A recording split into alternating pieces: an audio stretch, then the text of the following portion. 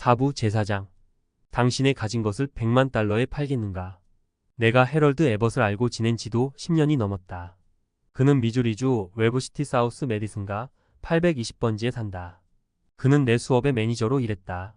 하루는 캔저스시티에서 그를 만났다. 그는 나를 미주리주 벨튼의 내 농장까지 차로 태워다 주었다. 차 안에서 나는 그에게 걱정을 물리치는 방법이 있느냐고 물었고 그는 평생 잊지 못할 감격적인 이야기를 들려주었다. 해럴드 에벗은 이렇게 말했다. 나는 걱정이 많은 사람이었습니다. 하지만 1934년에 어느 봄날 웨브시티의 웨스트 도어티가를 걸어 내려가고 있는 와중 나는 모든 걱정을 씻어내는 장면을 목격하게 되었습니다. 모든 일은 10초 만에 일어났습니다. 하지만 그 10초는 지난 10년보다 어떻게 살아야 할지에 대해 많은 것을 가르쳐 주었습니다. 2년 동안 나는 웨브시티에서 식료품 가게를 운영하고 있었습니다. 나는 저축한 돈을 모두 잃었음은 물론 빚까지 지게 돼 7년에 걸쳐 갚게 될 처지에 놓였습니다. 그리고 앞선 토요일에 운영하던 식료품점이 결국 문을 닫게 되었습니다.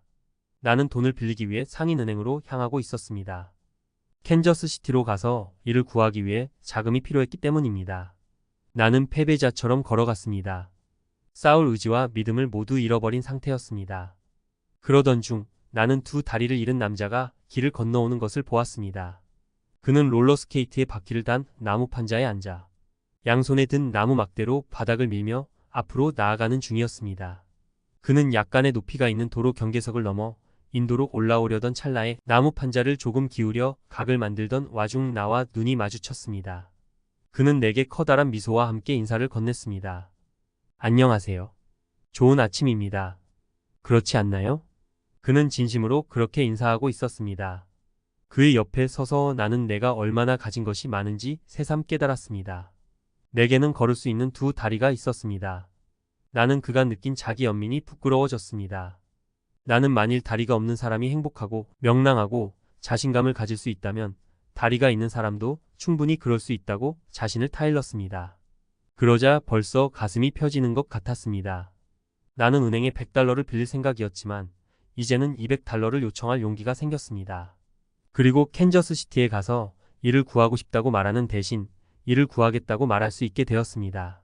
결국 나는 대출도 받고 일도 구하게 되었습니다. 지금도 내 욕실 거울에는 이런 구절이 붙어 있습니다. 나는 매일 아침 면도하며 그 글귀를 읽습니다. 나는 신발이 없어 우울했다. 발이 없는 그 남자를 길에서 만나기 전까지는. 한 번은 에디 리켄베커에게 그가 동료들과 함께 구명 뗏목 위에서 21일 동안 태평양 위를 절망적으로 표류하는 동안 얻은 가장 큰 교훈이 무엇인지 물었다. 그는 이렇게 답했다. 그 경험을 통해 제가 얻은 가장 큰 교훈은 깨끗한 마실 물과 먹을 음식이 있다면 그 무엇도 불평하지 않아야 한다는 것입니다. 타임지는 과달카날에서 부상당한 한 군인의 이야기를 실었다. 포탄 조각이 목을 관통했고 군인은 7번의 수혈을 받아야 했다. 그는 의사에게 편지를 써서 이렇게 물었다. 제가 살 수 있습니까? 의사는 그렇다고 답장했다. 그는 다시 편지를 썼다. 제가 말할 수 있습니까? 의사는 다시 그렇다고 말했다. 그의 마지막 편지에는 이런 글이 적혀 있었다. 그렇다면 나는 대체 무엇을 걱정하는가? 지금 당장 걱정을 멈추고 이렇게 말하는 건 어떤가? 대체 나는 무엇을 걱정하는가?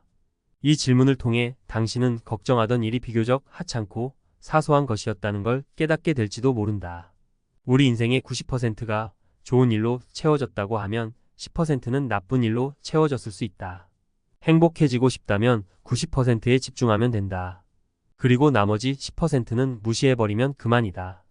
만일 걱정과 슬픔, 위궤양을 얻고 싶다면 나쁜 10%의 일에 집중하고 나머지 찬란한 90%의 일을 무시해버리면 된다. 생각하고 감사하라라는 문구는 영국의 많은 청교도 교회에 새겨져 있다. 우리는 이 문구를 마음에 새길 필요가 있다. 생각하고 감사하라. 우리가 감사해야 할 것들을 생각하고 우리가 누리는 은택과 풍족함을 신께 감사드리자. 걸리버 여행기의 저자 조너선 스위프트는 영국 문학계에서 가장 심한 염세주의자였다. 그는 자신이 태어났다는 사실을 너무도 딱하게 여긴 나머지 생일이면 검은 옷을 차려입고 금식을 했다. 하지만 이 극강의 염세주의자마저도 명랑함과 행복이 건강을 위한 최선의 길이라고 믿었다. 그는 이렇게 말했다. 세상에서 제일 까는 의사는 절식과 조용함 그리고 유쾌함이다. 우리가 가진 놀라운 재산에 신경을 집중한다면 우리 역시 유쾌함이라는 의사가 주는 건강함을 매일같이 누릴 수 있을지 모른다. 우리는 사실 알리바바의 전설 속 보물보다 더 많은 것을 가지고 있다. 누가 10억 달러를 준다고 해도 두 눈을 팔겠는가? 두 다리는? 손은? 청각은? 아이들은? 가족은? 아마 록펠러, 포드, 모건 가문의 전 재산을 모두 합친다고 해도 바꾸지 않을 것이다. 그런데도 왜 감사하지 않는가? 쇼펜하우어는 이렇게 말했다. 우리는 우리가 가진 것이 아닌 가지지 못한 것만을 생각한다. 가진 것이 아닌 가지지 못한 것만을 생각하는 습성은 지구의 가장 큰 비극이나 다름없다. 이 습성은 모든 전쟁과 질병의 역사보다 더 많은 불행을 가져왔다. 그리고 뉴저지주 패터슨 19번가 30번지에 사는 존 파머라는 사람을 평범한 사람에서 불평 많은 노인으로 변하도록 만들었다. 그는 이런 이야기를 들려주었다. 군에서 제대한 지 얼마 되지 않았을 때입니다. 나는 사업을 시작했고 밤낮을 가리지 않고 열심히 일했습니다. 일은 술술 풀렸습니다. 문제가 생기기 전까지만 해도 말이지요. 나는 필요한 부품과 자재를 구할 수 없었고 사업을 포기하게 될까 봐 걱정했습니다. 나는 지나치게 걱정한 나머지 평범한 사람에서 불평 많은 노인으로 변해버렸습니다. 나는 심술과 성질을 부리면서도 그걸 알아채지 못했습니다. 당시를 되짚어보면 행복한 가정을 이룰 위기에 놓여 있었던 것 같습니다. 그러던 중 장애를 입은 젊은 재양 군인 하나가 이렇게 말하는 것이었습니다. 존이, 창피한 줄 아세요? 세상의 모든 걱정을 혼자 짊어진 척 살다니요. 가게를 닫게 되면 또 어때요? 상황이 정상화되면 다시 시작하면 되는걸요. 당신은 감사할 일들이 이렇게 많은데도 언제나 불평만 늘어놓고 있어요. 나는 당신이 그저 부럽기만 한걸요. 날 보세요. 파란 쪽을 잃은 데다 얼굴의 절반은 총에 맞아 날아가 버렸어요. 그런데도 나는 불평하지 않아요. 계속해서 그렇게 투덜대기만 하다가는 사업체만 잃을 게 아니라 건강, 가정, 친구들까지 모두 잃게 될 겁니다. 그의 지적에 나는 얼어붙었습니다. 나는 내가 얼마나 부유한 사람인지 깨닫게 해주었습니다. 나는 그 자리에서 변화하기를 예전의 나를 되찾기로 마음먹었고 또 실천했습니다. 나의 친구 중 한 명인 루실 블레이크는 가지지 못한 것을 두고 걱정하는 대신 가진 것을 두고 행복함을 느끼는 법을 배우기까지 비극의 절벽에서 벌벌 떨어야 했다. 내가 루시를 만난 것은 몇 해 전으로 우리 두 사람은 컬럼비아 언론대학원에서 단편소설 작문을 공부하고 있었다. 9년 전 그녀는 인생의 가장 큰 충격을 겪었다. 그녀는 그 당시 애리조나주의 투산에서 살고 있었다. 여기 그녀가 들려준 이야기가 있다. 나는 쳇바퀴 속에서 살고 있었습니다. 나는 애리조나 대학원에서 오르간을 공부했고 언어 장애 교정소를 경영했으며 당시 지내고 있던 데저트 윌로 목장에서 음악 감상 수업을 진행했습니다. 나는 파티에 가고 춤을 추고 별 아래에서 말을 타는 것을 즐겼습니다. 그러던 어느 날 아침 나는 갑자기 심장에 문제가 생겨 쓰러져 버렸습니다. 의사는 이렇게 말했습니다. 1년은 침대에 누워 완전히 휴식을 취해야 합니다. 그는 내가 다시 튼튼해질 거라고 격려조차 하지 않았습니다. 1년 동안이나 침대 신세라니. 병약해진 것도 모자라 죽을지도 모른다니. 나는 공포에 휩싸였습니다. 왜 내게 이런 일이 일어난 걸까? 내가 무슨 짓을 했기에 이런 대접을 받는 거지? 나는 울고 또 울부짖었습니다. 슬픔에 빠졌고 반항심에 차올랐습니다. 하지만 나는 의사가 충고한 대로 침대로 갔습니다. 그러던 중 이웃에 사는 예술가인 루돌프 씨가 찾아와 이렇게 말했습니다. 1년을 침대에서 보내는 게 비극이라고 생각하고 있을 겁니다. 하지만 그렇지 않을 거예요. 당신은 생각할 시간과 자신을 알아갈 시간을 얻게 될 겁니다. 앞으로 있을 몇 달간 지난 삶을 다 합친 것보다 더 많은 정신적 성장을 이룰 것입니다. 나는 그렇게 진정되었고 새로운 가치관을 세우려고 노력하게 되었습니다. 나는 영감을 주는 책들을 읽었습니다. 그리고 하루는 라디오 해설자가 이렇게 말하는 것을 들었습니다. 당신은 의식 속에 있는 것들만 표현할 수 있습니다.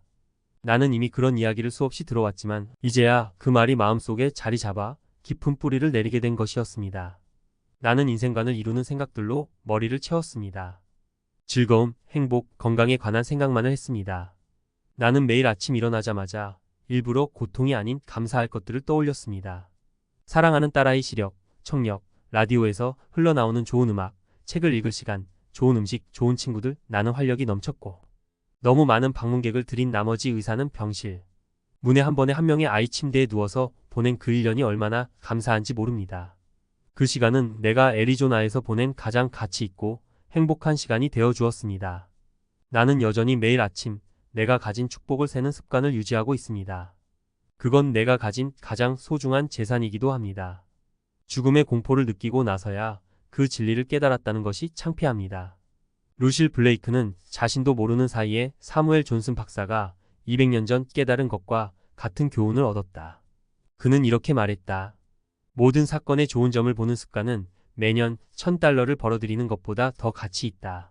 이 말은 어떤 전문적 낙관론자가 아닌 20년이 넘는 시간 동안 불안, 가난, 배고픔을 겪은 뒤 그 시대의 가장 탁월한 작가이자 역대 가장 인기 있는 이야기꾼이 된 사람의 입에서 나왔다. 로건 피어설 스미스의 명언에는 큰 지혜가 함축되어 있다. 인생에는 두 가지 목표가 있다. 첫째는 우리가 원하는 것을 가지는 것, 둘째는 그걸 즐기는 것이다. 이때 오직 현명한 사람만이 두 번째 목표를 이룰 수 있다. 어떻게 하면 설거지를 하면서 즐거워할 수 있는지 알고 싶은가? 보르그 일드 달에 믿을 수 없는 용기를 주는 영감의 책인 나는 보고자 했다를 읽어라. 이 책의 저자는 반세기 동안 거의 앞을 볼 수 없었던 여성이다. 그녀는 이렇게 적었다. 내게는 한쪽 눈밖에 없었습니다. 그마저도 깊은 상처로 가려져 있어 눈의 왼쪽에 있는 작은 구멍으로밖에 볼 수가 없었지요. 책을 읽으려면 책을 아주 가까이 가져다 댄 채로 눈알을 최대한 왼쪽으로 굴리려 안간힘을 써야 했습니다. 하지만 그녀는 동정을 받거나 타인과 다른 사람이라는 취급을 받는 것을 거부했다. 어린 아이였을 적 그녀는 다른 아이들과 사방치기를 하고 싶었지만 바닥의 표식을 읽을 수가 없었다. 아이들이 집에 돌아간 뒤 그녀는 바닥을 기어 다니며 표식을 눈으로 익혔다.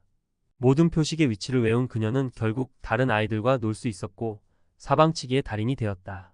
집에서는 큰 글자로 출력된 책을 속눈썹이 부딪힐 정도로 가까이 가져다 대며 책을 읽었다. 그녀는 학위도 2개나 땄다. 미네소타 대학교의 문학사 학위와 콜롬비아 대학교의 문학 석사 학위가 그것이었다. 그녀는 미네소타주의 트윈밸리라는 작은 마을에서 교사 일을 시작했다. 그리고 결국에는 사우스 다코타 스폴스의 아우구스타나 대학교에서 언론학과 문학을 가르치는 교수가 되었다. 그녀는 13년 동안이나 교직에 있으며 여성 클럽을 대상으로 수업을 하고 책과 작가들에 관한 라디오 토론을 진행하기도 했다. 그녀는 이렇게 적었다. 내 마음속 깊은 곳에는 언제나 완전한 실명에 대한 두려움이 있었습니다. 두려움을 극복하기 위해 나는 우스울 정도로 명랑한 삶의 태도를 보여야 했습니다. 그러던 1943년 그녀가 52세가 되었을 때 기적이 일어났다. 그 유명한 메이오 클리닉에서 수술을 받은 그녀는 과거보다 40배나 시력이 좋아진 눈으로 앞을 보게 된 것이다. 새롭고 신나는 사랑스러운 세상이 그녀 앞에 펼쳐졌다. 그녀는 싱크대에서 설거지하는 것마저 즐겁다고 느끼게 되었다. 그녀는 이렇게 적었다. 나는 설거지통에 채워진 하얀 거품을 가지고 놀기 시작했습니다. 나는 손으로 작은 거품공을 만든 다음 햇빛에 비춰보며 그것이 무지개색으로 빛나는 것을 보고는 했습니다. 그녀는 부엌 싱크대 너머의 창문을 통해서는 묵직하게 쏟아지는 눈 사이를 나는 참새들의 검회색 날갯짓을 바라보았다. 비누 거품과 참새를 보며 황홀감을 느낀 이 여성은 이렇게 책을 마쳤다. 주님, 하늘에 계신 아버지 감사합니다. 감사합니다. 설거지하고 거품 속에서 무지개를 찾으며 눈을 맞으며 하늘을 나는 참새를 볼 수 있다고 해서 신에게 감사하다고 하는 삶을 생각해보라. 당신과 나는 창피함을 느껴야 한다. 우리는 이 아름다운 동화의 나라에 살면서도 눈이 멀어 보지 못하고 질렸다는 이유로 즐기지 못하고 있다.